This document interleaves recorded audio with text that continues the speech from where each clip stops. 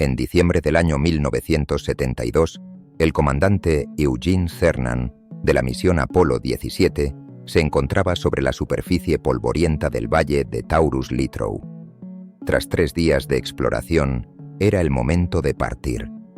Antes de subir por última vez la escalera del módulo lunar, se detuvo y pronunció unas palabras que quedarían suspendidas en el silencio del cosmos, una promesa para el futuro. Nos vamos como vinimos y, si Dios quiere, como volveremos, con paz y esperanza para toda la humanidad. Tras él, en el polvo, quedaron sus huellas, las últimas huellas humanas en la Luna. El sonido de la escotilla al cerrarse fue el último ruido humano en ese mundo.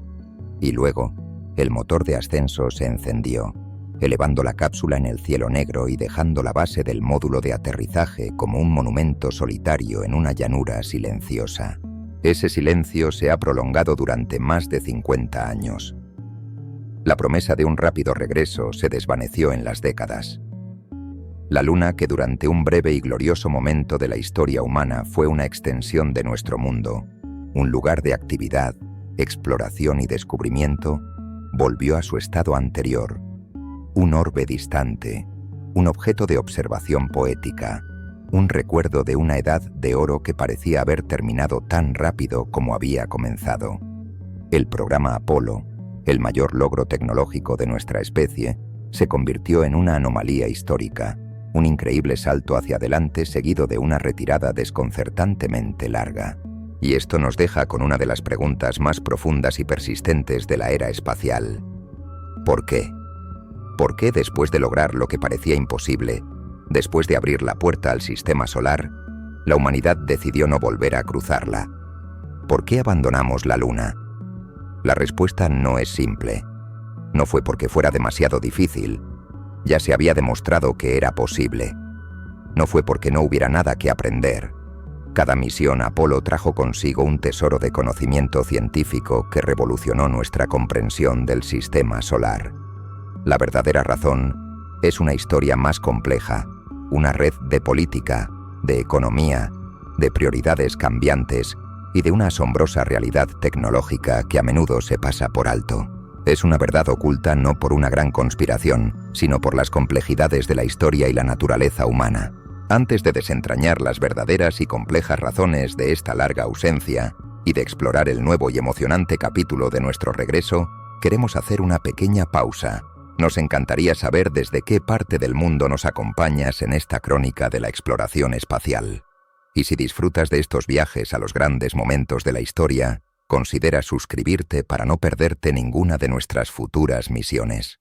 Ahora, con el misterio planteado, es momento de continuar.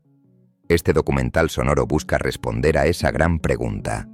Se explorará la razón principal por la que fuimos a la Luna en primer lugar. Una carrera geopolítica que, una vez ganada, eliminó el motor que impulsaba la empresa. Se analizarán los costos astronómicos que hicieron que el programa fuera insostenible en tiempos de paz. Se seguirá el cambio de rumbo estratégico que llevó a la NASA a centrarse en la órbita baja terrestre durante casi medio siglo, con el transbordador espacial y la Estación Espacial Internacional. Y se revelará una de las razones más increíbles de todas, el hecho de que, en muchos sentidos, la tecnología para volver a la Luna se perdió, se desmanteló y tuvo que ser reinventada. Finalmente, se narrará la historia de nuestro regreso.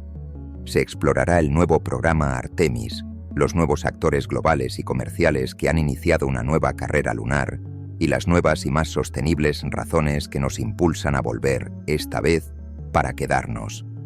Esta es la historia del silencio de 50 años y del estruendo que está a punto de romperlo. Para comprender la razón por la que el programa lunar terminó de una forma tan abrupta, es fundamental entender la verdadera razón por la que comenzó. El viaje a la Luna no nació de un deseo puro de exploración científica, ni de un sueño poético de la humanidad.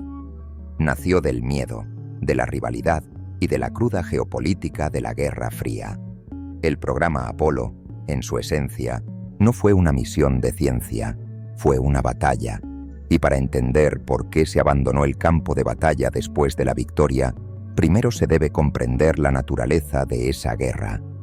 A finales de la década de 1950, el mundo estaba dividido en dos esferas de influencia que competían por la supremacía tecnológica, militar e ideológica: el bloque capitalista, liderado por Estados Unidos, y el bloque comunista, liderado por la Unión Soviética.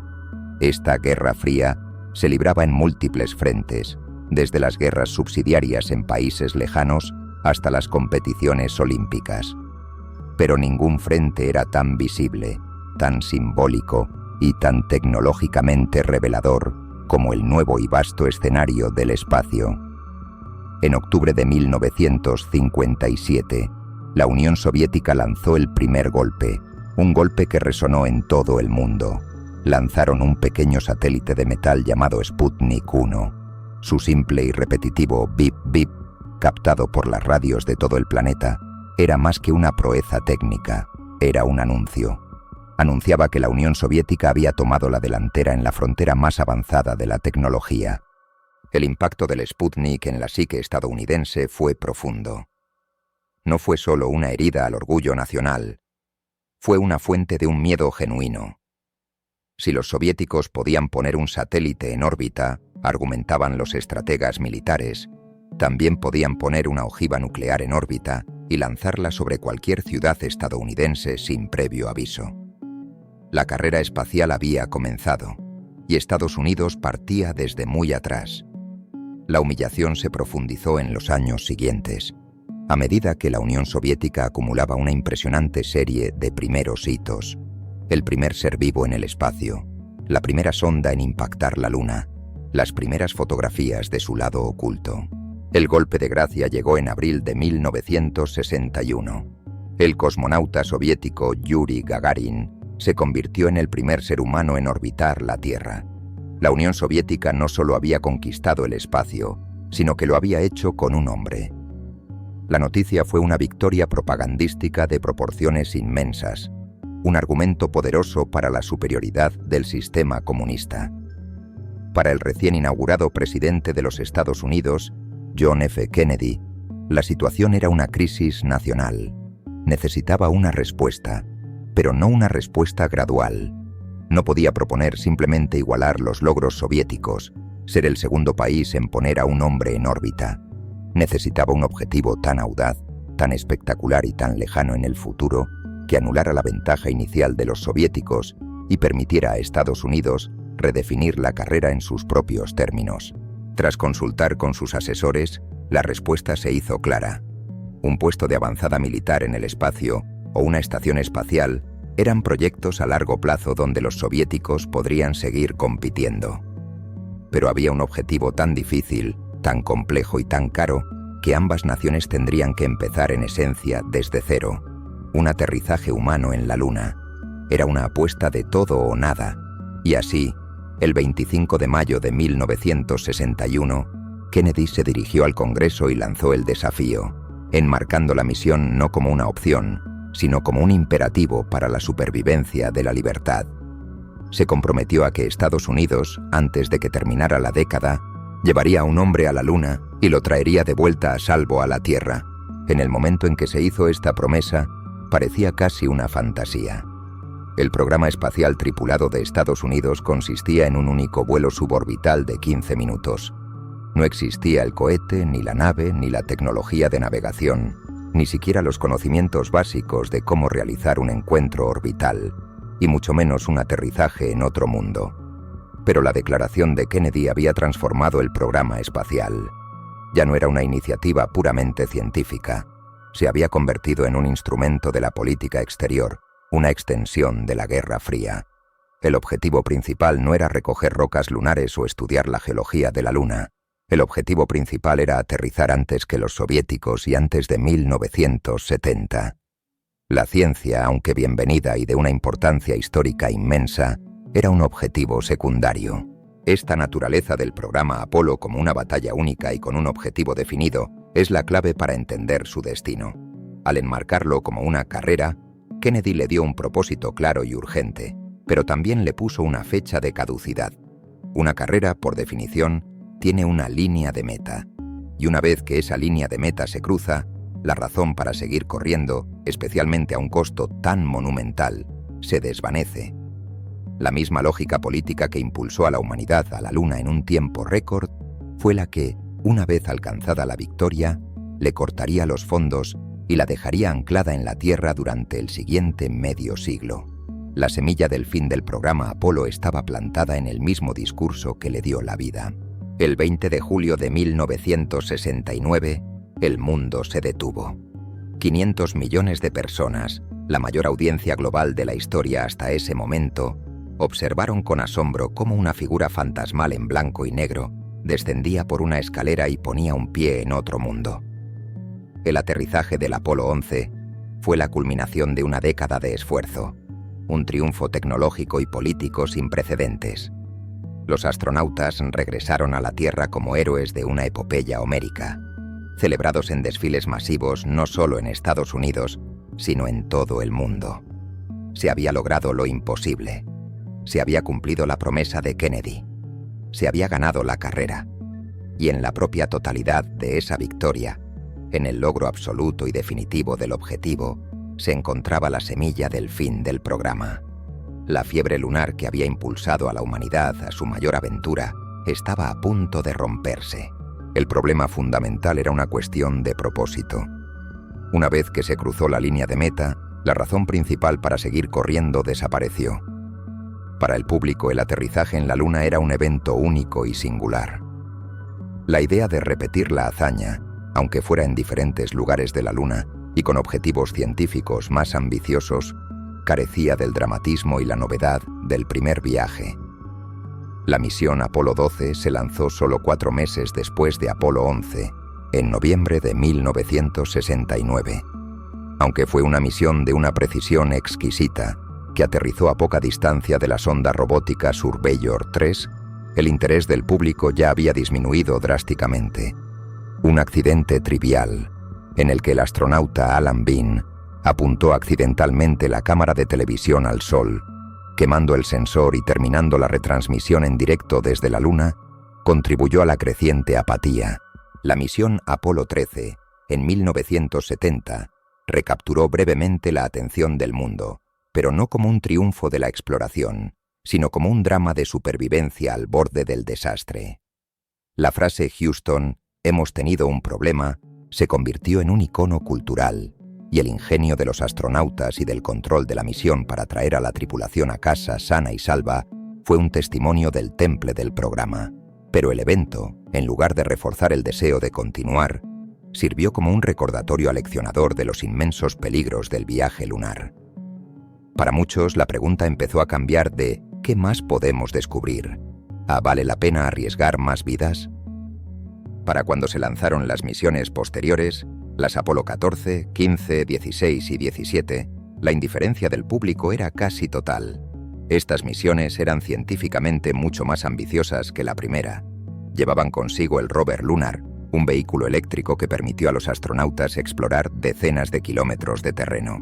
Llevaban geólogos entrenados que realizaron experimentos complejos y recogieron cientos de kilos de rocas fascinantes.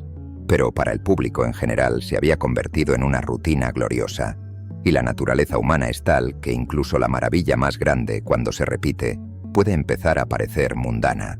Las principales cadenas de televisión, que habían proporcionado una cobertura ininterrumpida del Apolo 11, a menudo ni siquiera retransmitían en directo las caminatas lunares de las últimas misiones, prefiriendo emitir su programación habitual. Esta apatía del público se reflejó y se amplificó en el clima político de la época.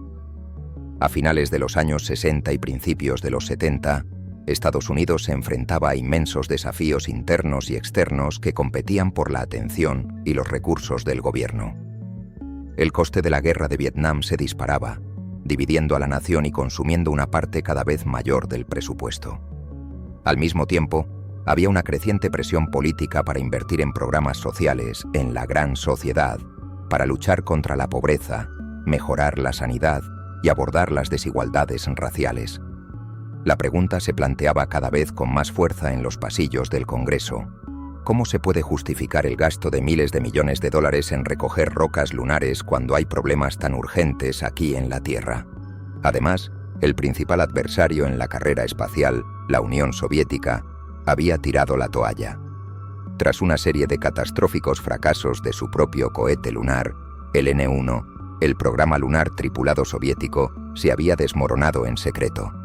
Sin la amenaza inminente de ver una bandera soviética ondeando en la Luna, el argumento de la seguridad nacional y el prestigio internacional, que había sido el motor de Apolo, perdió toda su fuerza. Ante la disminución del apoyo público y la creciente presión política para recortar el gasto, la NASA se vio obligada a tomar decisiones drásticas. El plan original del programa Apolo era mucho más ambicioso, con misiones previstas hasta el Apolo 20. Pero en 1970 se tomó la dolorosa decisión de cancelar la misión Apolo 20. El gigantesco cohete Saturno V, que ya había sido construido para esa misión, fue reconvertido para lanzar la primera estación espacial de Estados Unidos, Skylab. Un año después, se anunciaron más recortes. Las misiones Apolo 18 y 19 también fueron canceladas. El hardware para estas misiones ya estaba fabricado o en producción, pero la voluntad política para lanzarlas se había evaporado. La misión final, Apolo 17, en diciembre de 1972, se convirtió en un canto de cisne agridulce. Fue la misión más exitosa y científicamente productiva de todas, llevando al único científico, el geólogo Harrison Schmitt, que jamás caminó sobre la Luna. Fue un vistazo a lo que el programa Apolo podría haberse convertido. Una empresa de exploración científica madura y de largo alcance. Pero fue el final. La fiebre lunar se había extinguido, no por un fracaso, sino por un éxito que había cumplido su propósito original y fundamental: ganar la carrera. La retirada de la Luna fue impulsada por el desvanecimiento del interés público y la evaporación de la voluntad política, pero bajo estas corrientes sociales y geopolíticas yacía una base de una solidez inquebrantable: el inmenso y casi insostenible costo del programa Apolo. Tocar el cielo, como se demostró, tenía un precio astronómico. Para entender por qué la humanidad no regresó, es fundamental comprender la escala de la inversión que se necesitó para llegar allí la primera vez. Fue, y sigue siendo, el proyecto tecnológico más caro jamás emprendido por una sola nación en tiempos de paz. El coste final oficial del programa Apolo, según el informe presentado al Congreso de los Estados Unidos en 1973, fue de $25.400 millones. En el contexto de la economía de la época, esta era una cifra colosal. Pero para apreciar su verdadera magnitud desde nuestra perspectiva actual, debemos ajustar ese número a la inflación. Esos $25.000 millones de los años 60 y 70 equivalen, en el poder adquisitivo de hoy, a más de $280.000 millones. Una cifra tan vasta que se vuelve abstracta. Para darle un anclaje, podemos compararla. Es más del doble del coste de todo el programa de la Estación Espacial Internacional, un proyecto que se ha extendido por más de 30 años. Es casi 20 veces el coste del Gran Colisionador de Hadrones, el mayor experimento científico de la Tierra. En su apogeo, a mediados de la década de los 60, el presupuesto de la NASA consumía más del 4% del presupuesto federal total de los Estados Unidos.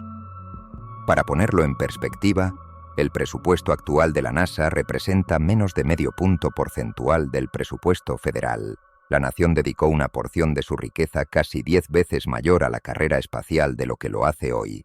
Fue un nivel de gasto comparable al de una guerra a gran escala, y de hecho Apolo fue concebido como una batalla. ¿A dónde fue todo ese dinero? La respuesta revela la asombrosa complejidad de la empresa. Una parte significativa se destinó al desarrollo del hardware de vuelo. El cohete Saturno V, la máquina más poderosa jamás construida, fue un proyecto de un costo inmenso. Cada lanzamiento de un Saturno V, en dinero actual, costaba varios miles de millones de dólares. Se construyeron 15 de estos cohetes. Las naves espaciales, el módulo de mando y servicio y el módulo lunar eran dos de los vehículos más avanzados y complejos jamás creados, cada uno con millones de componentes individuales que debían funcionar a la perfección. Pero el hardware de vuelo era solo la punta del iceberg. Se tuvo que construir una infraestructura masiva en la Tierra para apoyarlo. En Cabo Kennedy, Florida, la NASA construyó el edificio de ensamblaje de vehículos, o BAB, que sigue siendo uno de los edificios más grandes del mundo por volumen, simplemente para poder ensamblar el cohete Saturno V en posición vertical. Se construyeron las gigantescas plataformas de lanzamiento 39 A y B. Se creó el Centro de Control de Misión en Houston, Texas, el sistema nervioso central de las operaciones. Y se desplegó una red global de estaciones de seguimiento, barcos y aviones para mantener la comunicación con las naves Apolo mientras orbitaban la Tierra y viajaban a la Luna. Sin embargo, el mayor coste de todos no fue el metal, el combustible o los edificios, fue el coste humano. En su punto álgido, el programa Apolo empleaba directamente o por contrato a más de 400.000 personas. Eran los científicos e ingenieros de la NASA, pero también los trabajadores de las fábricas de miles de empresas privadas, desde gigantes de la aviación hasta pequeños talleres de electrónica que construían cada válvula, cada tornillo y cada circuito. Fue la movilización de una generación entera de talento técnico y científico, todos enfocados en un único y monumental objetivo. Este nivel de gasto era justificable en el apogeo de la Guerra Fría, cuando la seguridad nacional y el prestigio global estaban en juego. Pero una vez que se plantó la bandera, el contexto cambió por completo. Para un político en 1971, la elección era cruda. Financiar otra misión a la Luna por el equivalente a miles de millones de dólares actuales, o usar ese mismo dinero para construir hospitales, escuelas y carreteras, o para financiar una guerra en el sudeste asiático. Desde una perspectiva puramente presupuestaria, la decisión de cancelar las últimas misiones de Apolo se volvió casi inevitable. El legado del costo de Apolo es, por tanto, una lección aleccionadora. Demostró lo que una nación puede lograr cuando moviliza sus recursos a una escala tan masiva. Pero también estableció un precedente financiero tan elevado que hizo que cualquier conversación sobre un regreso a la Luna pareciera fiscalmente imposible durante las siguientes décadas. La conversación dentro de la NASA y del gobierno estadounidense ya no era sobre cómo volver a la Luna, sino sobre cómo se podía seguir explorando el espacio de una manera que fuera, sobre todo, más barata. La respuesta a esa pregunta daría forma a los siguientes 50 años de vuelos espaciales tripulados. Con el fin del programa Apolo, la NASA se encontró en una encrucijada. Había demostrado una capacidad tecnológica que asombró al mundo, pero se enfrentaba a una nueva realidad de presupuestos drásticamente reducidos y un mandato político poco claro. La pregunta ya no era ¿cómo podemos llegar a la Luna?, sino una mucho más pragmática: ¿cómo podemos seguir volando al espacio de una manera que sea sostenible y asequible? La respuesta a esa pregunta definiría la dirección de los vuelos espaciales tripulados durante los siguientes 40 años y consolidaría la larga pausa en la exploración del espacio profundo. La solución que se eligió fue un concepto radical y seductor: la reutilización. El modelo de Apolo, con su gigantesco cohete Saturno V, era de un solo uso. Cada misión a la Luna requería la construcción de un cohete de 36 pisos de altura que, tras cumplir su función de unos pocos minutos, era desechado para siempre en el océano o en el espacio. Era el equivalente a construir el transatlántico más grande del mundo, usarlo para un solo viaje y luego hundirlo. Era una proeza de fuerza bruta, pero increíblemente ineficiente. El sueño que surgió de las cenizas de Apolo fue el de construir un camión espacial, un vehículo que pudiera viajar a la órbita y regresar, aterrizar como un avión y ser preparado para volar una y otra vez. Este sueño tomó la forma del transbordador espacial. El concepto, presentado al Congreso y al público estadounidense a principios de los años 70, era una promesa de revolucionar el acceso al espacio. Se prometió que el transbordador haría que los vuelos espaciales fueran rutinarios, frecuentes y baratos. La visión era la de una flota de vehículos espaciales que volarían docenas de veces al año, transportando satélites comerciales y militares, llevando laboratorios científicos a la órbita y sirviendo como una plataforma de construcción para las futuras estaciones espaciales. Esta promesa de una utilidad práctica y de una drástica reducción de costos fue el argumento que aseguró la financiación para el programa y, al mismo tiempo, selló el destino de cualquier posible continuación de la exploración lunar. La nación cambió de rumbo. El diseño del sistema del transbordador espacial era una maravilla de la ingeniería, pero también de una complejidad inmensa. Consistía en 3 componentes principales. Estaba el orbitador, el vehículo con forma de avión Delta que albergaba a la tripulación y la carga útil. Estaba el gigantesco tanque externo de color anaranjado, que alimentaba los motores principales del orbitador durante el ascenso, y que era el único componente principal que no se reutilizaba. Y estaban los 2 cohetes aceleradores sólidos, los cilindros blancos adosados al tanque, que proporcionaban la mayor parte del empuje durante los primeros 2 minutos de vuelo, antes de separarse y caer en paracaídas al océano para ser recuperados y reutilizados. Pero la decisión de construir el transbordador no fue solo un cambio tecnológico, fue un cambio fundamental en el destino de la exploración humana. El programa Apolo era una empresa de espacio profundo. Su objetivo era romper las ataduras de la gravedad terrestre y viajar a otro mundo. El transbordador, sin embargo, fue diseñado con un alcance mucho más limitado.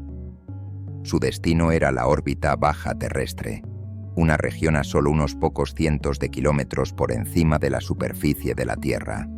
Durante las 3 décadas que duró el programa del transbordador, cada astronauta estadounidense, sin excepción, estuvo confinado a este patio trasero orbital. La inmensa extensión del espacio profundo que los astronautas de Apolo habían cruzado volvió a estar fuera de nuestro alcance.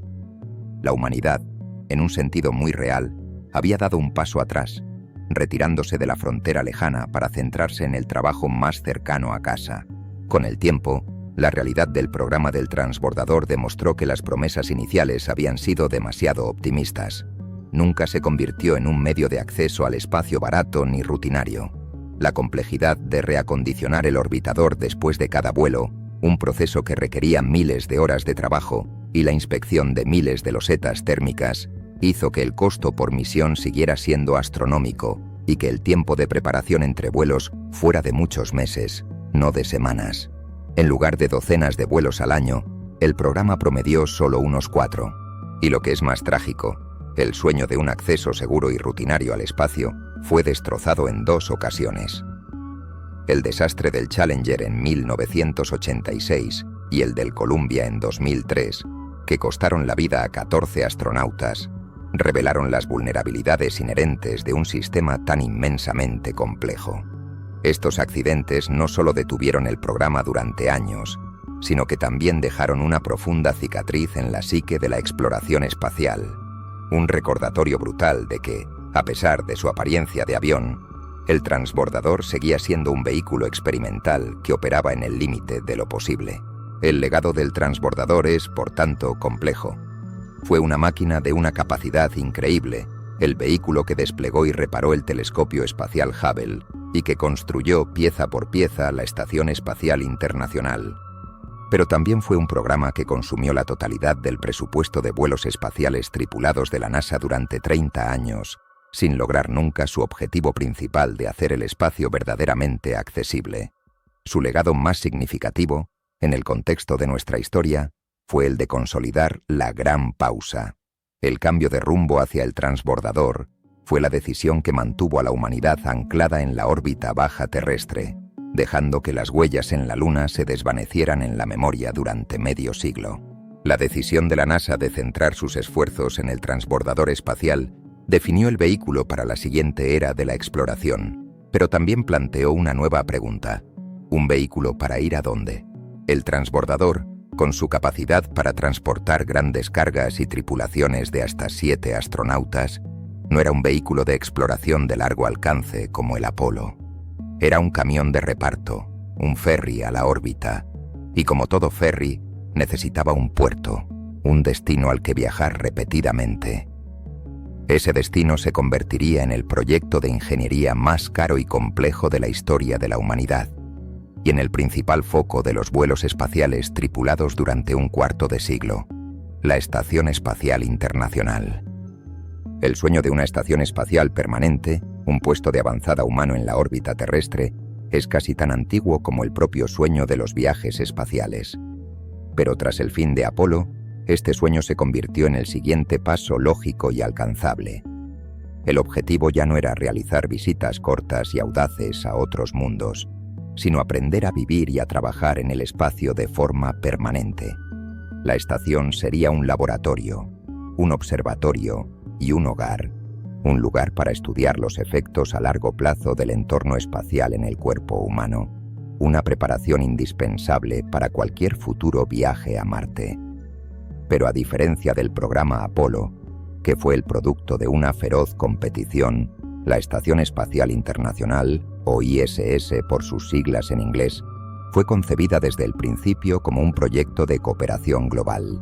En un giro histórico que habría sido impensable solo una década antes, el fin de la Guerra Fría permitió que los antiguos rivales de la carrera espacial se convirtieran en socios. El proyecto fue liderado por Estados Unidos, NASA y Rusia, Roscosmos, con contribuciones cruciales de la Agencia Espacial Europea, ESA, Japón, JAXA y la Agencia Espacial Canadiense, CSA. Fue un esfuerzo diplomático y de ingeniería sin precedentes, un símbolo de una nueva era en la que la exploración espacial podía ser un puente para unir a las naciones, en lugar de un campo de batalla para dividirlas. La construcción de la estación fue una hazaña de una coreografía orbital asombrosa. Comenzó en noviembre de 1998 con el lanzamiento del primer módulo, el módulo de carga ruso Zarya. 2 semanas después, un transbordador espacial estadounidense llevó el primer módulo de conexión, el Unity. Y a partir de ahí, durante más de una década, se llevó a cabo un lento y metódico proceso de ensamblaje en el vacío. Misión tras misión, el transbordador espacial actuó como una grúa y un camión de construcción, transportando a la órbita los grandes módulos presurizados, los laboratorios, las uniones y, sobre todo, la inmensa estructura de vigas y los gigantescos paneles solares que le darían energía. En el espacio, equipos de astronautas de diversas nacionalidades realizaron cientos de horas de caminatas espaciales, uno de los trabajos más peligrosos que existen, para conectar cables, instalar equipos y ensamblar pieza por pieza la estructura. Brazos robóticos como el Canadarm2 movían módulos del tamaño de un autobús con una precisión milimétrica. Fue como construir un edificio de apartamentos en órbita, mientras se viaja a 28.000 kilómetros por hora. En noviembre del año 2000, la primera tripulación, la Expedición 1, llegó a la estación. Y desde ese día, la Estación Espacial Internacional no ha estado vacía ni un solo segundo.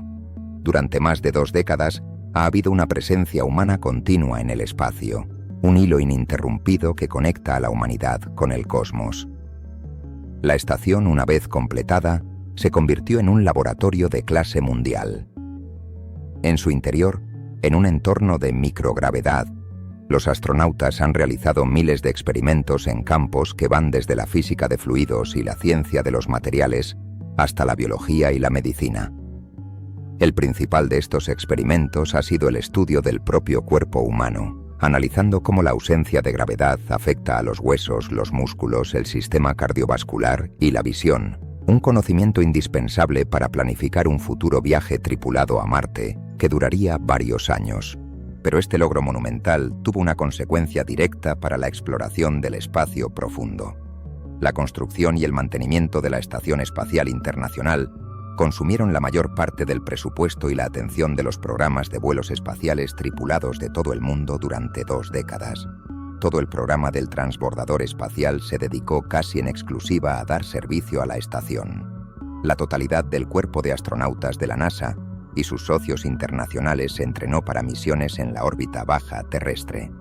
La estación, aunque un puesto de avanzada en el espacio, también se convirtió en un ancla. A solo 400 kilómetros sobre la superficie de la Tierra, representaba la nueva frontera, una frontera que, aunque impresionante, estaba a un paso de casa. La Luna, 1000 veces más lejana, quedó relegada a los libros de historia y a los planes de un futuro distante. El legado de la Estación Espacial, en el contexto de nuestra historia, es el de ser el gran proyecto que llenó la Gran Pausa, la razón por la que, durante 50 años, ninguna huella humana se ha vuelto a imprimir en el polvo de otro mundo. La transición de la era Apolo a la era del transbordador espacial no fue simplemente un cambio de planes, fue una demolición. No fue una pausa en la exploración del espacio profundo, sino el desmantelamiento activo y metódico de la capacidad de llevarla a cabo. Para entender por qué volver a la Luna se convirtió en una tarea tan hercúlea para las generaciones futuras, Es crucial comprender que la decisión no fue solo la de dejar de ir, sino la de destruir el camino. Y el corazón de ese camino, la pieza de tecnología más magnífica y poderosa de la era Apolo, fue el cohete Saturno V. El Saturno V no era simplemente un cohete, era un monumento de ingeniería, la manifestación física de la voluntad de una nación.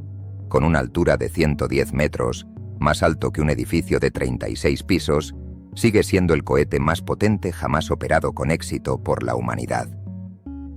Estaba compuesto por más de 3 millones de piezas individuales, cada una de las cuales tenía que funcionar en una sinfonía de fuego y precisión para lanzar a 3 hombres hacia otro mundo. Sus 5 motores F1 de la primera etapa, los motores de cohete de una sola cámara más potentes jamás construidos, generaban un empuje tan inmenso que el sonido de su ignición creaba ondas de choque que sacudían el suelo a kilómetros de distancia. Era una catedral de la ingeniería construida con un único y sagrado propósito: llegar a la Luna. Y como una herramienta altamente especializada, su destino estaba ligado a esa única misión. El Saturno V era inmenso, increíblemente complejo y exorbitantemente caro de construir y de lanzar. Era el vehículo perfecto para una campaña de exploración lunar de alta prioridad, pero era completamente inadecuado para la nueva visión de la NASA de vuelos rutinarios y asequibles a la órbita baja terrestre. Era demasiado grande, demasiado potente y demasiado caro para lanzar los satélites o los módulos de la estación espacial que definirían la nueva era. A medida que las últimas misiones Apolo fueron canceladas y el programa llegó a su fin tras el lanzamiento de la estación espacial Skylab en 1973, la NASA se enfrentó a una pregunta pragmática: ¿qué hacer con la colosal infraestructura industrial que se había creado para construir este gigante? La respuesta fue una decisión consciente y deliberada de desmantelarla. La producción del Saturno V se detuvo por completo. Las inmensas fábricas, como la instalación de ensamblaje de Michoud en Nueva Orleans, donde se construían las gigantescas etapas del cohete, fueron reconvertidas para otros fines.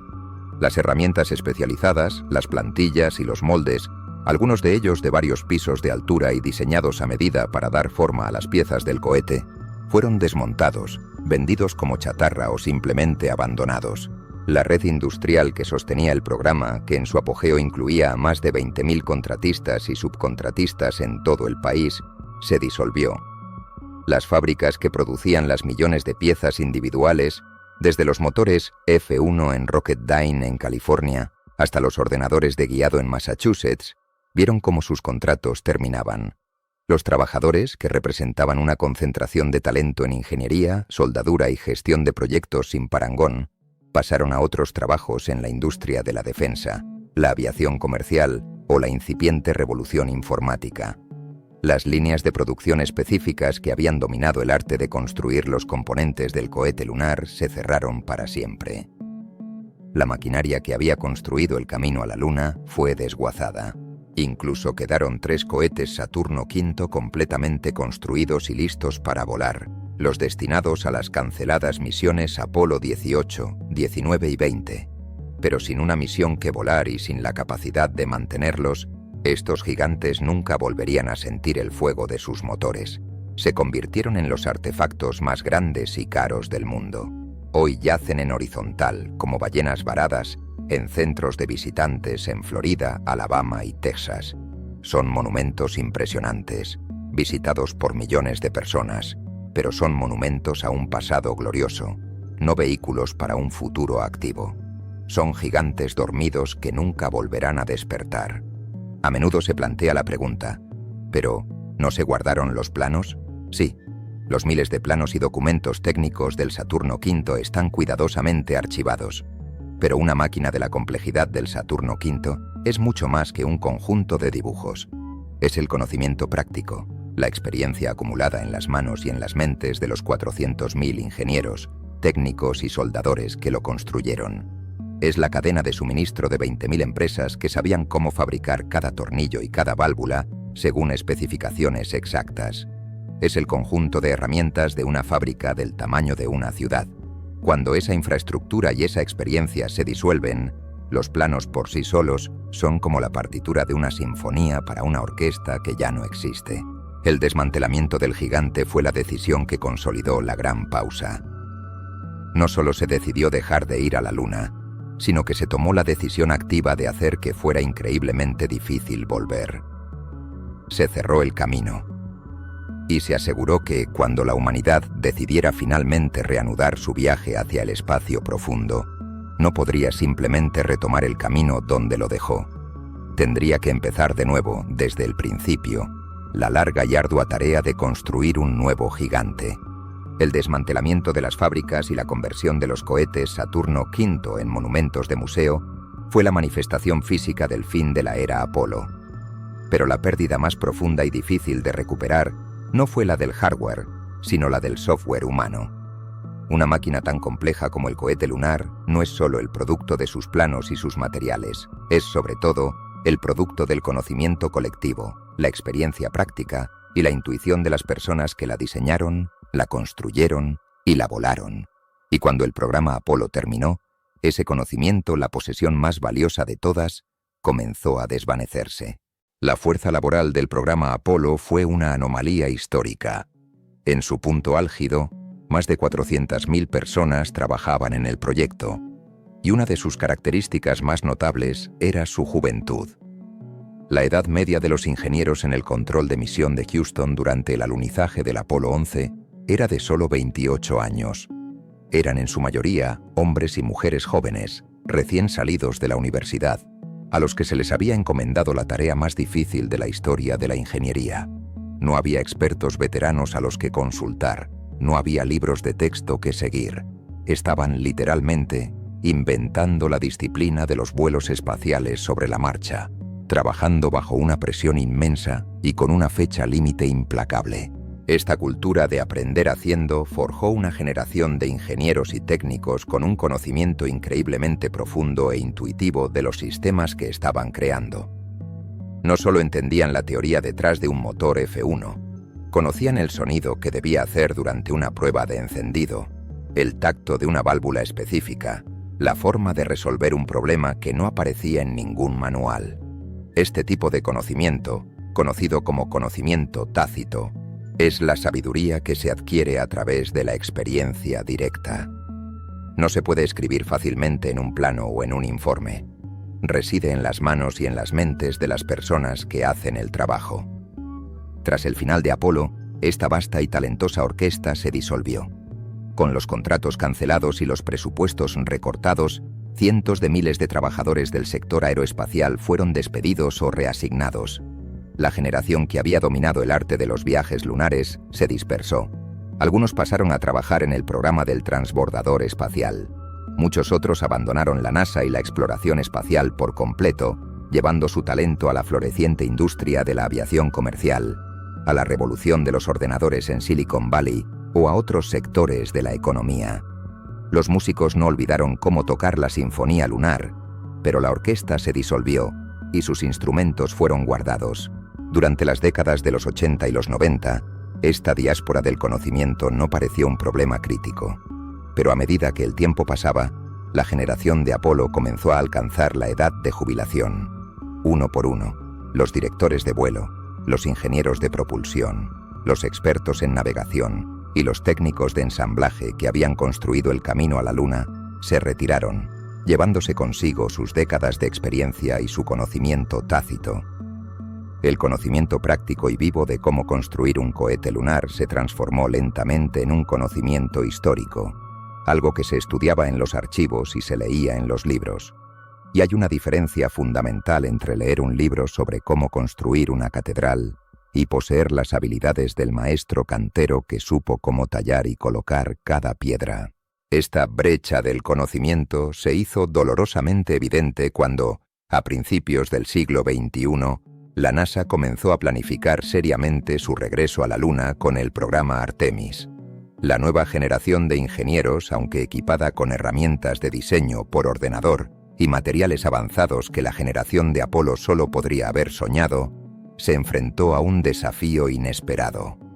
Tenían los planos originales del Saturno V. Pero los planos no cuentan toda la historia. No explican los miles de pequeños ajustes y soluciones improvisadas que se tuvieron que aplicar en la línea de montaje. No describen las técnicas de soldadura específicas que se tuvieron que inventar para los tanques de combustible. No capturan la intuición de un ingeniero que, al escuchar un sonido extraño en una prueba, supo que algo andaba mal. En muchos casos, los ingenieros de Artemis descubrieron que era más fácil y más barato diseñar un componente completamente nuevo desde cero que intentar recrear la cadena de suministro y el conocimiento perdido para fabricar una pieza de los años 60. La tarea de volver a la Luna no era simplemente una cuestión de reconstruir una máquina antigua, sino de reinventar el proceso por completo. Esta es una de las razones por las que el desarrollo del nuevo cohete lunar, el Space Launch System, ha sido un proceso tan largo y costoso.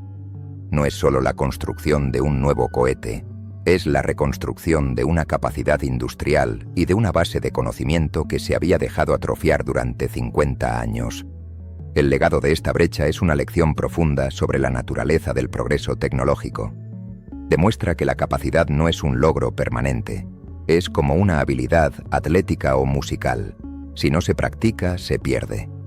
La decisión de abandonar la Luna no solo detuvo nuestro avance en el espacio profundo, también provocó una amnesia tecnológica, una pérdida de un saber hacer colectivo que ha tardado décadas en empezar a recuperarse. El viaje de la generación de Artemis no es solo un viaje hacia la Luna, es también un viaje para reconstruir un puente de conocimiento hacia la última generación que se atrevió a hacer ese mismo viaje. Con el paso del tiempo, la memoria tiende a suavizar los bordes afilados de la historia. El programa Apolo, en nuestra conciencia colectiva, se ha convertido en una saga de triunfos heroicos. Recordamos las imágenes icónicas, el pequeño paso de Armstrong, el rover lunar rebotando sobre el polvo y la Tierra elevándose sobre el horizonte lunar. Recordamos el éxito, pero para entender por qué la era de Apolo terminó, también debemos recordar lo que a menudo se olvida: el inmenso, omnipresente y aterrador peligro de cada una de esas misiones. El viaje a la Luna no fue una aventura, fue una expedición a través de un territorio hostil, en una máquina de una complejidad exquisita, donde el más mínimo error podía llevar al desastre. Y en 2 ocasiones memorables, el programa se enfrentó a ese desastre cara a cara. La primera gran lección sobre la fragilidad de la empresa llegó antes incluso de que un cohete Saturno V despegara. Fue el 27 de enero de 1967. La tripulación de la primera misión Apolo tripulada, los astronautas Gus Grissom, Ed White y Roger Chaffee, se encontraban en la cima de un cohete en la plataforma de lanzamiento 34 para una prueba de rutina. Era un ensayo de cuenta atrás, una simulación de lanzamiento sin combustible. La cápsula, el módulo de mando del Apolo 1, fue sellada y presurizada, no con el aire normal que respiramos, sino con una atmósfera de oxígeno puro al 100%. Esta decisión se había tomado para ahorrar peso, pero sin que nadie lo previera del todo, había convertido la cabina en una trampa mortal, un entorno donde el más mínimo chispazo podría tener consecuencias explosivas. Y el chispazo ocurrió. Un cableado defectuoso, probablemente bajo el asiento del comandante Grissom, produjo un arco eléctrico. En la atmósfera de oxígeno puro, el fuego se propagó con una velocidad indescriptible. En cuestión de segundos, la cabina se convirtió en un infierno. El diseño de la escotilla de la cápsula que se abría hacia adentro se reveló como un defecto de diseño fatal. La inmensa presión generada por el fuego en el interior hizo que fuera físicamente imposible para los astronautas abrirla. La tragedia del Apolo 1 fue un golpe devastador para la NASA y para la nación. Detuvo el programa durante más de un año, pero de esas cenizas surgió un programa más seguro y robusto. La cápsula fue rediseñada por completo, con materiales ignífugos, una nueva escotilla de apertura rápida y un protocolo de seguridad que prohibía el uso de oxígeno puro en el suelo. La lección fue brutal, pero necesaria. El espacio no perdona la complacencia. La segunda gran crisis ocurrió en el apogeo del programa, en abril de 1970, durante la misión Apolo 13. El viaje a la Luna ya casi se había convertido en una rutina para el público. Pero a más de 300.000 kilómetros de la Tierra, en el viaje de ida a la Luna, un procedimiento estándar se convirtió en una catástrofe. La orden de remover los tanques de oxígeno criogénico del módulo de servicio provocó un cortocircuito en un cable dañado dentro de uno de los tanques. El tanque de oxígeno número 2 explotó. La explosión no solo destruyó el tanque, sino que también dañó al tanque número 1, la única otra fuente de oxígeno del módulo de servicio. Con la famosa y serena transmisión de Jim Lovell, Houston, hemos tenido un problema. El mundo se dio cuenta de que la misión de aterrizar en la Luna había terminado. Ahora, había comenzado una misión mucho más desesperada, la de la supervivencia. La explosión había dejado al módulo de mando, el Odyssey, sin su suministro principal de oxígeno, energía eléctrica y agua. La tripulación se enfrentaba a una muerte segura en el espacio profundo. Su única esperanza era el módulo lunar Aquarius, que todavía estaba acoplado a la nave. El Aquarius, diseñado para mantener a 2 hombres en la superficie lunar durante 2 días, tuvo que ser convertido en un bote salvavidas cósmico para mantener a 3 hombres con vida durante el viaje de 4 días alrededor de la Luna y de vuelta a la Tierra. Lo que siguió fue uno de los mayores ejemplos de ingenio y resolución de problemas de la historia. Los astronautas, en una cabina helada y oscura, tuvieron que racionar la energía y el agua. Los ingenieros en el control de misión en Houston trabajaron sin descanso, inventando procedimientos sobre la marcha para mantener a la tripulación con vida. Tuvieron que construir, literalmente, un buzón con cinta adhesiva, cartón y un calcetín para adaptar los filtros de dióxido de carbono cuadrados del módulo de mando a las aberturas redondas del módulo lunar. Tuvieron que guiar a los astronautas a través de un encendido manual del motor del módulo lunar para corregir su trayectoria, una maniobra de una precisión increíble realizada con una nave que estaba medio muerta. El regreso de la tripulación del Apolo 13, su exitoso amerizaje en el Pacífico, fue aclamado como el fracaso exitoso de la NASA. Fue un milagro de la ingeniería y el coraje humano, pero su legado fue doble. Por un lado, demostró la increíble capacidad del programa para superar la adversidad. Por otro, expuso de forma aterradora lo cerca que cada misión operaba del borde del desastre. Un pequeño defecto en un cable, oculto en las profundidades de un tanque de oxígeno, había estado a punto de costar la vida a 3 hombres. Estos 2 eventos, la tragedia del Apolo 1 y la crisis del Apolo 13, dejaron una marca indeleble. Recordaron al mundo que cada viaje a la Luna era una empresa de un riesgo inmenso. Durante la urgencia de la Guerra Fría, este era un riesgo que la nación estaba dispuesta a aceptar. Los astronautas eran vistos como pioneros, casi como soldados en una nueva frontera. Pero en el clima más tranquilo de los años 70, sin una carrera que ganar, la pregunta de si valía la pena arriesgar más vidas por más rocas lunares se volvió mucho más difícil de responder afirmativamente. El recuerdo de estos peligros olvidados añadió un peso más a la balanza, inclinándola a favor de permanecer más cerca de casa. Durante las últimas décadas del siglo XX, el sueño lunar entró en una profunda hibernación. Con el fin del programa Apolo, la cancelación de sus misiones finales, el desmantelamiento de su poderosa maquinaria y la dispersión de su talento humano, la Luna volvió a convertirse en un destino lejano, un recuerdo guardado en los museos y en las páginas de los libros de historia. La atención del mundo se había desplazado a la órbita baja terrestre, al transbordador espacial y a la construcción de la Estación Espacial Internacional. El espacio profundo parecía un capítulo cerrado, pero mientras la humanidad se centraba en su patio trasero orbital, una serie de exploradores robóticos, silenciosos y mucho más baratos, fueron enviados a nuestro satélite, y los datos que enviaron de vuelta a la Tierra encenderían la chispa de un nuevo amanecer lunar. Este renacimiento no comenzó con un gran discurso político ni con el anuncio de una nueva carrera espacial, sino con un descubrimiento científico que, de forma gradual pero profunda, cambió por completo nuestra percepción de la Luna. La Luna de Apolo era un mundo magnífico, pero fundamentalmente muerto y seco. Las muestras recogidas en sus regiones ecuatoriales eran de una aridez absoluta. Pero en la década de 1990, Las misiones orbitales no tripuladas como la sonda Clementine y más tarde la Lunar Prospector comenzaron a cartografiar la Luna de una manera global y con instrumentos mucho más sensibles, y en los datos de sus espectrómetros notaron una anomalía. En las regiones polares, tanto en el norte como en el sur, detectaron una concentración inusualmente alta de hidrógeno. El hidrógeno es uno de los elementos más comunes del universo, pero su presencia concentrada en los polos lunares era una pista tentadora. ¿Podría ser este hidrógeno un componente de la molécula más preciada para la vida? ¿El agua?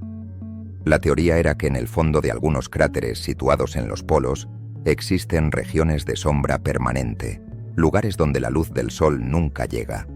Estas zonas, que se cuentan entre las más frías del sistema solar, podrían actuar como trampas, capturando y congelando cualquier molécula de agua que llegara a la Luna a través de los impactos de cometas y asteroides a lo largo de eones. El hidrógeno detectado era la primera evidencia indirecta de que estas trampas frías podrían de hecho contener vastos depósitos de hielo de agua. La confirmación definitiva llegó en 2009 con la audaz misión L-CROSS de la NASA. La agencia estrelló intencionadamente la etapa de un cohete en el cráter Cabeus, cerca del Polo Sur, y analizó la composición de la nube de escombros que se levantó del fondo en sombras. Los resultados fueron inequívocos. La nube contenía una cantidad significativa de vapor de agua y cristales de hielo. El hielo de agua en la Luna era real. Este descubrimiento fue un cambio de paradigma absoluto. Transformó la Luna de un desierto geológico a un oasis de recursos potenciales. El agua es el recurso más valioso en el espacio.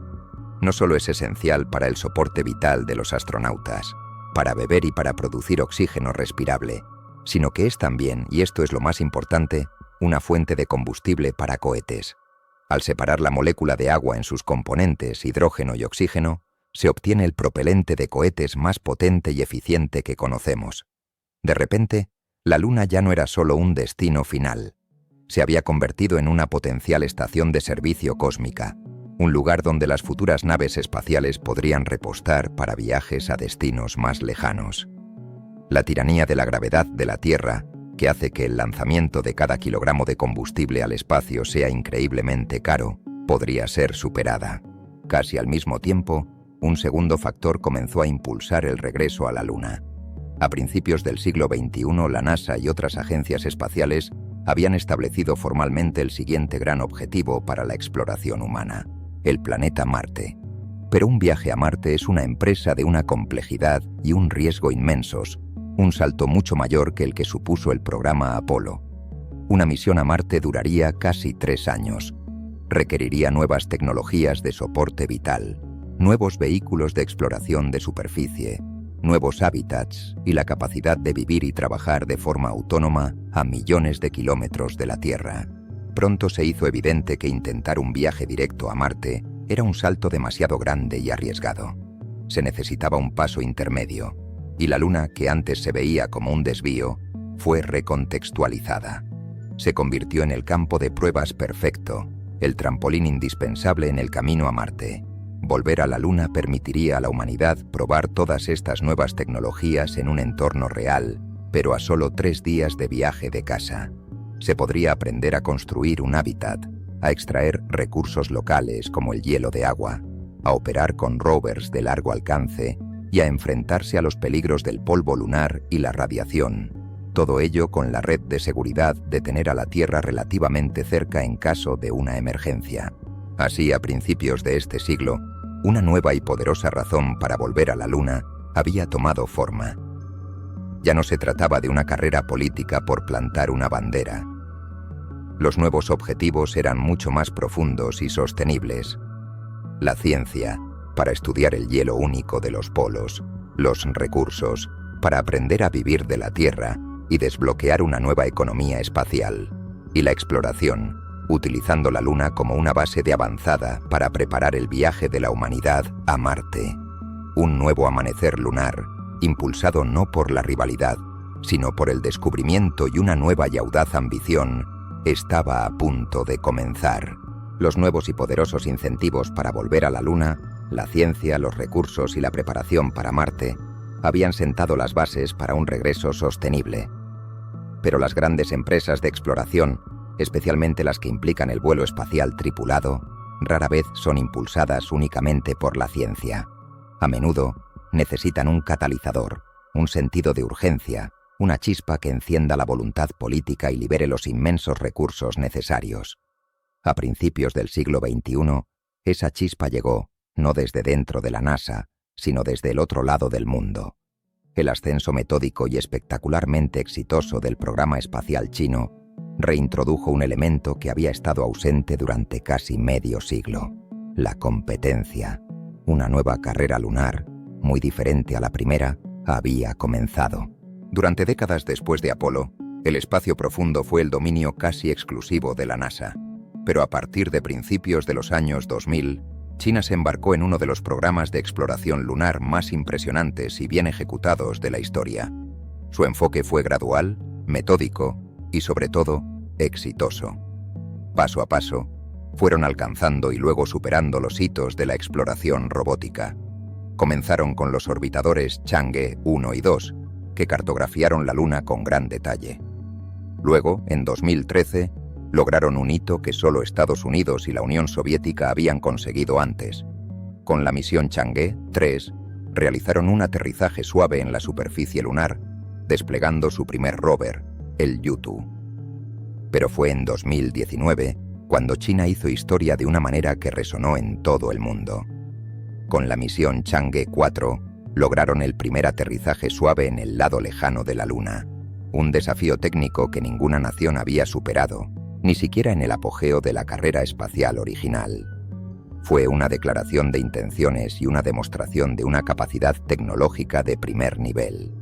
Un año después, en 2020, la misión Chang'e 5 realizó una compleja misión de retorno de muestras, recogiendo rocas lunares y trayéndolas de vuelta a la Tierra, una hazaña que no se había logrado desde los años 70. China ya no estaba siguiendo los pasos de los demás. Estaba forjando su propio camino y estableciendo nuevos récords.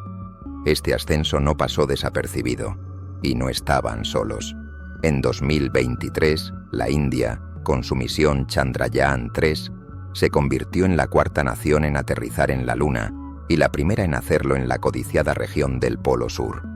Otras naciones como Japón, la Unión Europea, Corea del Sur y los Emiratos Árabes Unidos también estaban llevando a cabo sus propias y ambiciosas misiones robóticas. El espacio, y en particular la Luna, se había convertido de nuevo en un escenario de prestigio y capacidad nacional. Al mismo tiempo que esta carrera internacional tomaba forma, una revolución diferente estaba ocurriendo en la Tierra. El ecosistema de la exploración espacial, que durante mucho tiempo había sido el dominio exclusivo de las agencias gubernamentales, fue transformado por la irrupción de empresas privadas audaces y ágiles. Compañías como SpaceX, liderada por Elon Musk, y Blue Origin, de Jeff Bezos, comenzaron a desarrollar sus propias tecnologías de cohetes con un objetivo principal: la reutilización. El éxito de SpaceX con su cohete Falcon 9, cuya primera etapa puede aterrizar de forma autónoma y ser utilizada de nuevo, redujo drásticamente el costo del acceso al espacio. Y fue SpaceX quien desarrolló el vehículo que cambiaría las reglas del juego para la exploración lunar: Starship. Una nave espacial y un cohete de nueva generación, masivo y totalmente reutilizable, diseñado no solo para ir a la órbita, sino para viajar a la Luna y, eventualmente, a Marte. Su potencial revolucionó los planes de la NASA, que en un cambio histórico seleccionó a una empresa privada, SpaceX, para desarrollar y construir el sistema de aterrizaje humano que llevará a los astronautas de Artemis a la superficie lunar. Estos dos factores, la competencia geopolítica y la revolución comercial, se combinaron para crear la nueva carrera lunar. Es una carrera más compleja y multifacética que la primera. Por un lado, es una carrera por el prestigio y la influencia estratégica, principalmente entre el bloque liderado por Estados Unidos y sus socios de los acuerdos de Artemis, y el bloque liderado por China y sus socios, como Rusia, que planean su propia estación de investigación lunar. Por otro lado, es una carrera comercial entre empresas que compiten por los lucrativos contratos para construir la infraestructura de esta nueva era lunar. Esta nueva competencia, aunque menos ideológica que la de la Guerra Fría, ha proporcionado el impulso político y económico que faltaba. ha creado un sentido de urgencia, una razón para acelerar los plazos y aumentar los presupuestos. El deseo de establecer una presencia en el polo sur lunar antes que una nación rival, de ser el primero en explotar los recursos de hielo de agua, se ha convertido en un poderoso motor. Así, el silencio de 50 años en la Luna está siendo roto no por una sola voz, como en los años 60, sino por un coro de ellas. La nueva frontera lunar es un lugar concurrido, un escenario de competencia global y de innovación comercial que, finalmente, está convirtiendo el sueño del regreso en una realidad tangible. La nueva carrera lunar, con su coro de actores nacionales y comerciales, necesitaba un destino, un lugar en la Luna que no solo fuera de interés científico, sino también de un valor estratégico y práctico. Durante décadas, este lugar no existió. La Luna, según la visión que nos legó el programa Apolo, era una magnífica desolación, un mundo de roca y polvo de una aridez absoluta. Las muestras traídas de sus regiones ecuatoriales estaban tan secas que no contenían ni rastro de agua. Esta imagen de un mundo estéril dominó nuestro pensamiento durante 30 años, pero a finales del siglo XX, una serie de misiones robóticas comenzó a revelar una verdad diferente, un secreto escondido en los lugares más fríos y oscuros de la Luna, un tesoro que se convertiría en el principal catalizador de nuestro regreso. La historia de este descubrimiento comienza con una simple observación sobre la geometría de la Luna. Nuestro satélite gira sobre un eje que es casi perfectamente vertical. Debido a esta escasa inclinación, la luz del Sol en las regiones polares siempre llega desde un ángulo muy bajo, rozando el horizonte. Esto crea un fenómeno extraordinario. En el fondo de algunos cráteres profundos, situados cerca de los polos, hay áreas que nunca reciben la luz solar directa. Son las regiones de sombra permanente. Durante miles de millones de años, estos lugares han permanecido en una oscuridad total y a temperaturas de una gelidez increíble, de hasta 250 grados bajo cero, lo que los convierte en algunos de los lugares más fríos de todo el sistema solar. Los científicos teorizaron que estas regiones podrían actuar como trampas frías. A lo largo de los eones, los cometas y asteroides han transportado agua a la Luna. La mayoría de esta agua se habría perdido en el espacio al impactar, pero cualquier molécula de agua que llegara a una de estas trampas heladas quedaría congelada y atrapada para siempre. En 1998, la sonda lunar Prospector de la NASA encontró la primera evidencia sólida de esta teoría, al detectar altas concentraciones de hidrógeno en los polos. Pero la prueba definitiva llegó en 2009 con la misión L-CROSS. En un audaz experimento, la NASA estrelló la etapa superior de un cohete en el cráter Cabeus, cerca del Polo Sur, y analizó la columna de escombros que se levantó de la sombra. Los resultados fueron inequívocos. La nube contenía agua. El hielo en la Luna era real. Este descubrimiento lo cambió todo. El agua es el oro del sistema solar. Su presencia en la Luna la transforma de un simple destino geológico a un recurso de un valor estratégico incalculable. La razón es la tiranía de la ecuación del cohete y la profunda gravedad de la Tierra. Lanzar cualquier cosa desde nuestro planeta, especialmente algo tan pesado como el agua o los componentes del combustible, es increíblemente caro. Encontrar estos recursos en el espacio o in situ es la clave para una exploración sostenible. El hielo de los polos lunares tiene un valor triple. En primer lugar, es soporte vital. El hielo puede ser extraído y derretido para proporcionar agua potable a los astronautas y para regar los cultivos en los invernaderos de una futura base lunar. Además, el agua puede ser descompuesta mediante electrólisis en sus dos componentes, oxígeno e hidrógeno. El oxígeno, por supuesto, es esencial para tener aire respirable. En segundo lugar, y aquí reside el verdadero cambio de juego, es combustible para cohetes. El hidrógeno líquido y el oxígeno líquido, los mismos elementos obtenidos del agua, son el propelente de cohetes más potente y eficiente que conocemos. Son el combustible que impulsaba los motores principales del transbordador espacial y que impulsa el nuevo y gigantesco cohete SLS del programa Artemis. La capacidad de producir combustible para cohetes en la Luna cambiaría por completo la economía de la exploración espacial. Esto da lugar a la visión de la utilización de recursos in situ, ISRU. Imagina una base en el borde de un cráter en el Polo Sur, permanentemente iluminado por el Sol, proporcionando energía solar constante. Desde esta base, los rovers robóticos podrían descender a los cráteres en sombra para extraer el hielo. En una planta de procesamiento, este hielo se convertiría en agua, oxígeno e hidrógeno. La Luna se convertiría en una estación de servicio cósmica. Una nave que viaje de la Tierra a Marte ya no necesitaría comenzar su viaje con los tanques llenos, una tarea que requiere una cantidad de energía hercúlea. Podría lanzarse desde la Tierra con solo el combustible necesario para llegar a la órbita lunar, atracar en una estación de servicio orbital, repostar con el combustible producido en la Luna y luego continuar su viaje a Marte. La Luna, con su gravedad 6 veces menor que la de la Tierra, es un lugar mucho más fácil desde el que lanzar misiones al resto del sistema solar. El tesoro escondido en los polos lunares es, por tanto, la clave que desbloquea el futuro de la humanidad en el espacio. Ha redefinido la Luna, convirtiéndola no solo en nuestro destino más cercano, sino también en el trampolín más lógico hacia el sistema solar exterior. Es la razón científica y económica que subyace a la nueva carrera lunar y el objetivo principal que impulsa el próximo gran capítulo de la aventura humana en el cosmos. Con los motivos para volver a la Luna firmemente establecidos, la ciencia, los recursos y la preparación para Marte, y con una nueva carrera global y comercial proporcionando el impulso, el mundo necesitaba un programa, un plan de acción concreto para hacer realidad el regreso. Ese programa es Artemis. Nombrado en honor a la hermana gemela de Apolo en la mitología griega, la diosa de la Luna, el programa Artemis de la NASA es la encarnación de la nueva era de la exploración lunar. Su objetivo no es simplemente repetir el pasado, sino superarlo, llevando a la humanidad de vuelta a la Luna de una manera que sea más inclusiva, más sostenible y con objetivos más ambiciosos que nunca. El objetivo principal y más simbólico de Artemis es llevar a la primera mujer y al próximo hombre a la superficie lunar. Este acto, por sí solo, marca una nueva era, una que refleja mejor la diversidad y el talento de toda la humanidad.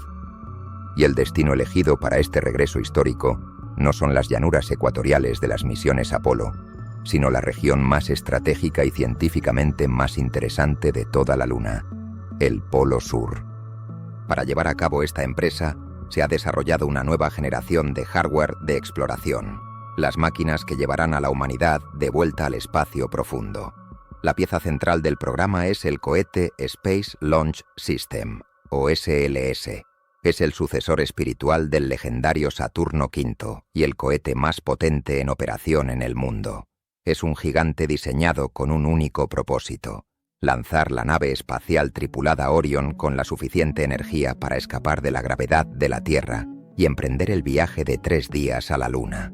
En su vuelo inaugural no tripulado, la misión Artemis I en 2022, el cohete SLS demostró su capacidad, enviando una cápsula Orion en un viaje perfecto alrededor de la Luna y de vuelta a la Tierra. La nave que transportará a los astronautas en este viaje es la cápsula Orion. Es el equivalente del siglo XXI al módulo de mando de Apolo, pero más grande, más segura y mucho más avanzada. Puede albergar a una tripulación de 4 astronautas en misiones de hasta 3 semanas. Está equipada con sistemas de soporte vital de última generación, una cabina de cristal digital y un escudo térmico diseñado para soportar las temperaturas extremas del reingreso a la atmósfera terrestre a velocidades lunares. Pero quizás el cambio más revolucionario en el enfoque de Artemis es la forma en que se llegará a la superficie. En lugar de que la NASA construya su propio módulo de aterrizaje, como hizo con Apolo, ha adoptado un modelo comercial, asociándose con la industria privada. Para las primeras misiones de aterrizaje, la NASA ha seleccionado la nave Starship de la empresa SpaceX para que actúe como el sistema de aterrizaje humano. La Starship, una nave masiva y totalmente reutilizable, será lanzada por separado y esperará en la órbita lunar. El perfil de la misión de aterrizaje, Artemis III, será una danza orbital de una complejidad asombrosa. Primero, el cohete SLS lanzará a los 4 astronautas en su cápsula Orion hacia la Luna. Una vez en órbita lunar, se acoplarán con la Starship que les espera. 2 de los astronautas se transferirán a la Starship, que actuará como su vehículo de descenso y su base en la Luna. Descenderán y aterrizarán en la región del Polo Sur. Durante aproximadamente una semana, vivirán y trabajarán desde la Starship, realizando caminatas espaciales para recoger muestras, incluyendo, por primera vez, muestras del hielo de agua, y desplegar experimentos científicos. Una vez completada su misión en la superficie, la Starship despegará, ascenderá a la órbita y se volverá a acoplar con la cápsula Orion. Los 2 astronautas regresarán al Orion, y la nave traerá a los 4 miembros de la tripulación de vuelta a casa, a un amerizaje en el Océano Pacífico. El programa Artemis es, por tanto, una arquitectura de exploración completamente nueva. Es internacional, con la Agencia Espacial Europea proporcionando el módulo de servicio para Orion, y con contribuciones de Japón y Canadá. Es comercial, aprovechando la innovación y la eficiencia de empresas como SpaceX. Y es sostenible, diseñado desde el principio no para visitas fugaces, sino para sentar las bases de una presencia humana a largo plazo. Artemis no es solo una repetición de Apolo. Es el primer capítulo de una campaña de exploración mucho más larga y ambiciosa, la campaña que finalmente romperá el silencio de 50 años y convertirá de nuevo a la Luna en una extensión del mundo humano. El programa Artemis representa un regreso a la Luna, pero su filosofía fundamental es una ruptura con el pasado. El programa Apolo fue una serie de sprints, misiones cortas y audaces diseñadas para alcanzar un objetivo y regresar. Su lema podría haber sido «Fuimos y volvimos». El lema de Artemis, en cambio, es «Vamos para quedarnos». El objetivo ya no es simplemente dejar huellas y banderas, sino construir una presencia humana sostenible y a largo plazo en y alrededor de la Luna. Se trata de ir más allá de las huellas para establecer un verdadero punto de apoyo para la humanidad en otro mundo. Esta nueva filosofía de la permanencia se basa en 2 piezas de infraestructura clave que son completamente nuevas y que no existían en la era de Apolo: una estación en órbita lunar y una base en la superficie. La primera de estas piezas es la Estación Espacial Gateway. Es un concepto que toma las lecciones aprendidas de la Estación Espacial Internacional y las aplica al espacio profundo. La Gateway será un pequeño puesto de avanzada modular, una especie de mini ISS, que no orbitará la Tierra, sino la Luna. Su órbita no será baja y circular como la de las misiones Apolo, sino una órbita de halo casi rectilínea.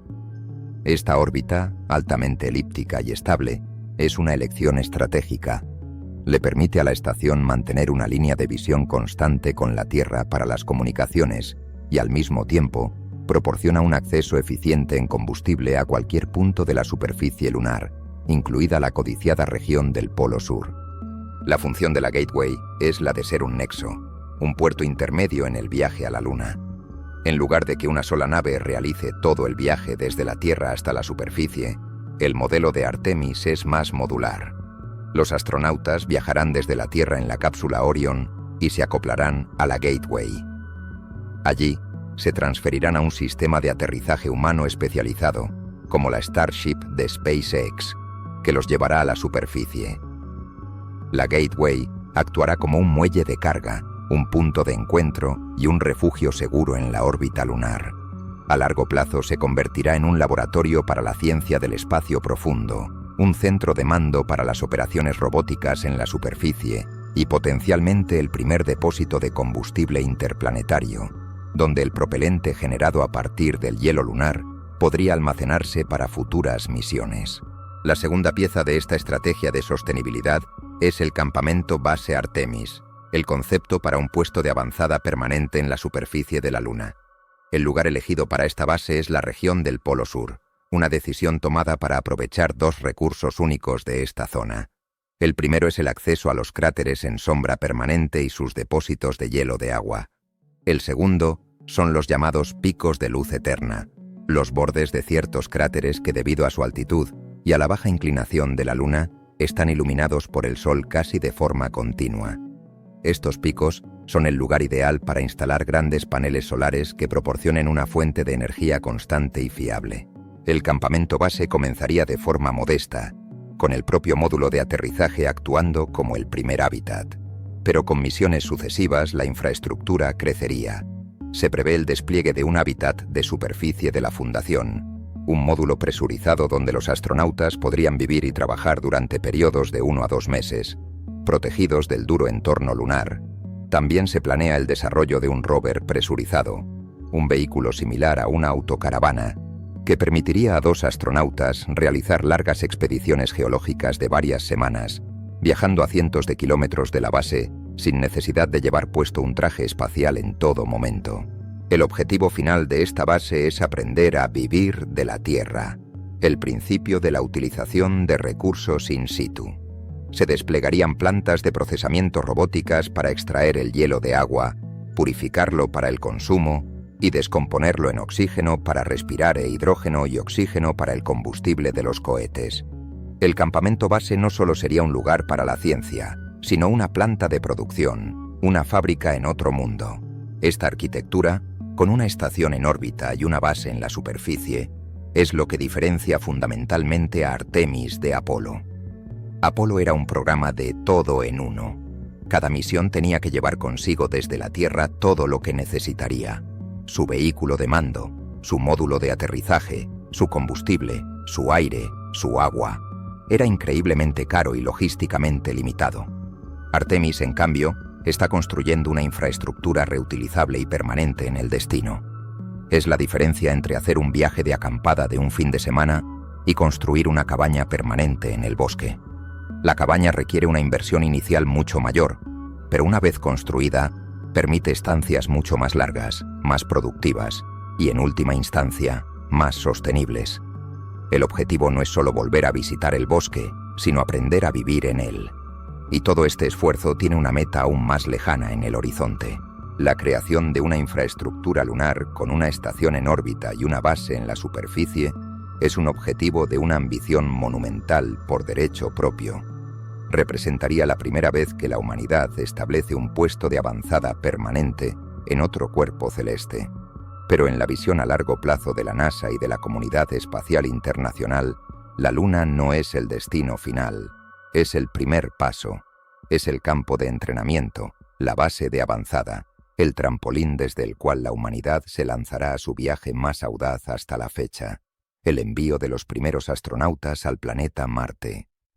Desde que las últimas huellas se enfriaron en el polvo lunar, el planeta rojo ha sido el objetivo en el horizonte de la exploración humana. Pero el salto de la Tierra a la Luna, aunque inmenso, es minúsculo en comparación con el abismo que nos separa de Marte. Un viaje a la Luna es una expedición de 1 semana a un destino que está a solo 3 días de distancia.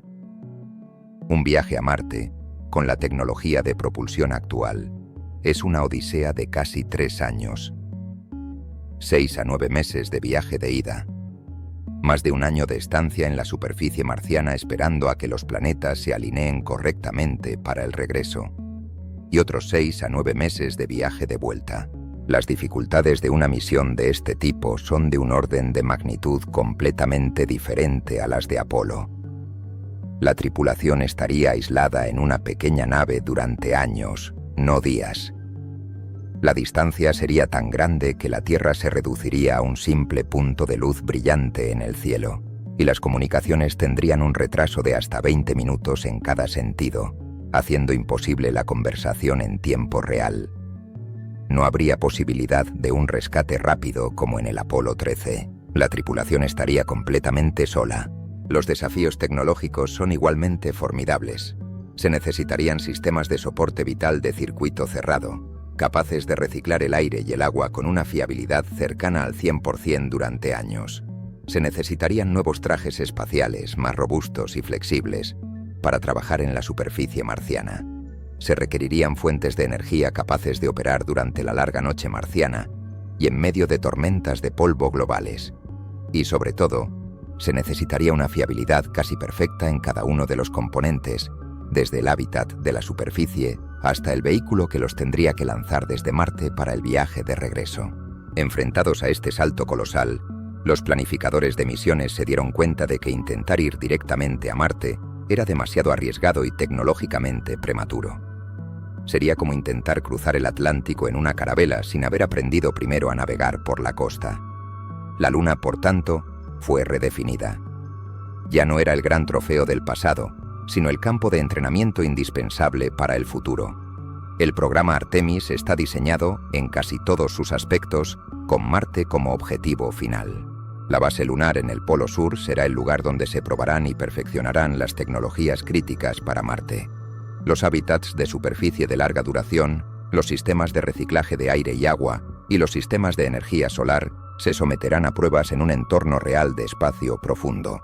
Los astronautas, viviendo y trabajando en la Luna durante meses, proporcionarán datos invaluables sobre los efectos fisiológicos y psicológicos de vivir en otro mundo, pero en un lugar donde un regreso de emergencia a la Tierra es al menos posible. Los nuevos rovers presurizados, que permitirán a los astronautas realizar expediciones de semanas, serán los prototipos de los vehículos que un día explorarán los valles y volcanes de Marte. Y lo que es más importante, la Luna será el lugar donde la humanidad domine el arte de la utilización de recursos in situ. Aprender a extraer hielo de agua de los cráteres lunares y a convertirlo en agua potable, oxígeno y combustible para cohetes es una habilidad absolutamente esencial para una misión a Marte. La capacidad de producir combustible en la superficie marciana para el viaje de vuelta es lo que hace que una misión tripulada sea logísticamente factible, y la Luna es el lugar perfecto para perfeccionar esa tecnología. La estación Gateway en órbita lunar también juega un papel crucial en esta estrategia a largo plazo. Está concebida como un puerto de espacio profundo, un punto de ensamblaje y partida. Una futura nave de transporte a Marte, demasiado grande para ser lanzada de una sola vez desde la Tierra, podría ser ensamblada en módulos en la Gateway. Podría ser repostada allí con el combustible producido en la Luna, antes de iniciar su largo viaje interplanetario. El regreso a la Luna, por tanto, no es una repetición del pasado, es una inversión en el futuro. Cada hora de caminata espacial en el Polo Sur, cada kilogramo de hielo extraído, cada experimento realizado en un hábitat lunar, es una lección aprendida, un riesgo reducido para la primera tripulación que un día pondrá un pie en el planeta rojo. Es aprender a caminar de nuevo en un mundo cercano antes de intentar correr en uno lejano. El legado del programa Artemis no será solo la creación de una presencia humana sostenible en la Luna, sino también la construcción de un puente tecnológico y de experiencia que, finalmente, permitirá a la humanidad dar su siguiente gran salto. La historia del regreso de la humanidad a la Luna está marcada por un intermedio de 50 años, una gran pausa, que a menudo se percibe como una era de estancamiento, como una oportunidad perdida. Desde la perspectiva de los entusiastas del espacio, estas fueron las décadas perdidas, un largo invierno lunar en el que el audaz impulso de Apolo se disipó, y el sueño de la exploración del espacio profundo fue reemplazado por misiones más modestas y cercanas a casa. La narrativa es la de una oportunidad malgastada, un retroceso de la frontera, pero la historia es a menudo más compleja que una simple línea de progreso. Cabe plantear una pregunta contraintuitiva.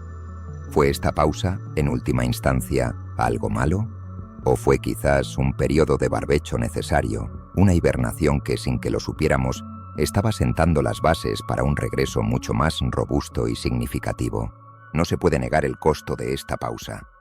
El impulso y la emoción que capturaron al mundo en los años 60 se desvanecieron y han sido increíblemente difíciles de reavivar. La brecha generacional de conocimiento, la pérdida del saber hacer de la generación de Apolo, significó que muchas lecciones tuvieron que ser reaprendidas desde cero.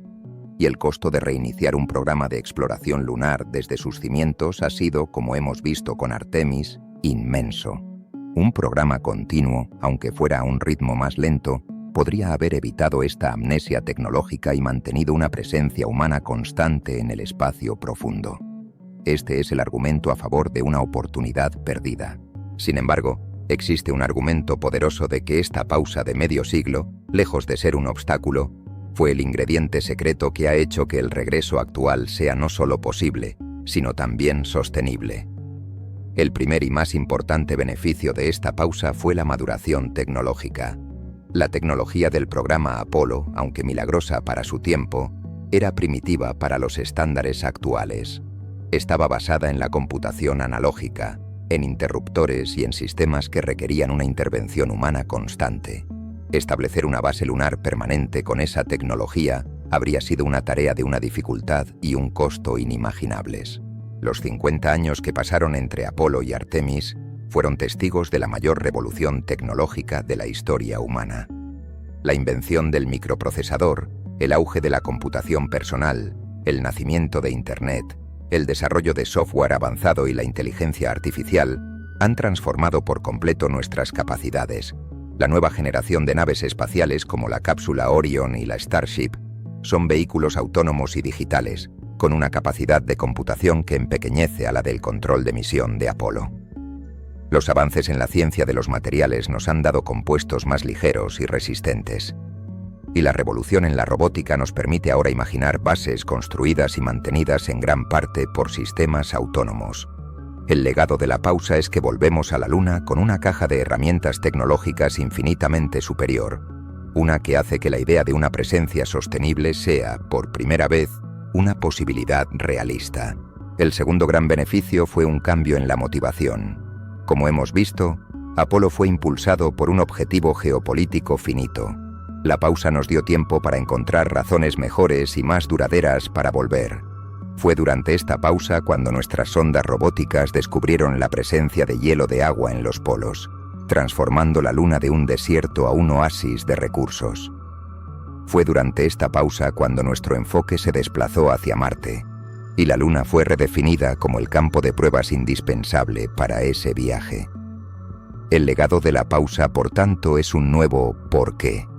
Volvemos a la Luna no para ganar una carrera, sino para hacer ciencia, para explotar recursos y para preparar nuestro siguiente gran salto.